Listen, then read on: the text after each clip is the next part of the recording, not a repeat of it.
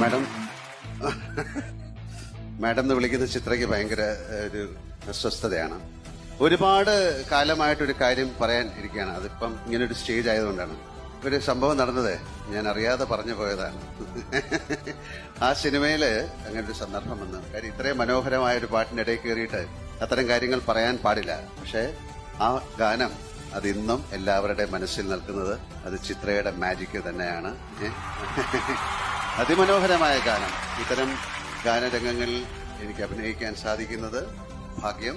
അത് ചിത്രമായിട്ടുള്ള ഒരുപാട് ഗാനങ്ങളിൽ കൂടെ എനിക്ക് സഞ്ചരിക്കാൻ സാധിച്ചു. ഇനിയും എനിക്ക് അതിനുള്ള ഭാഗ്യം ഉണ്ടാകട്ടെ. ഒരുപാട് ഒരുപാട് നന്മകളും ഐശ്വര്യം ഉണ്ടാകട്ടെ. നന്ദി.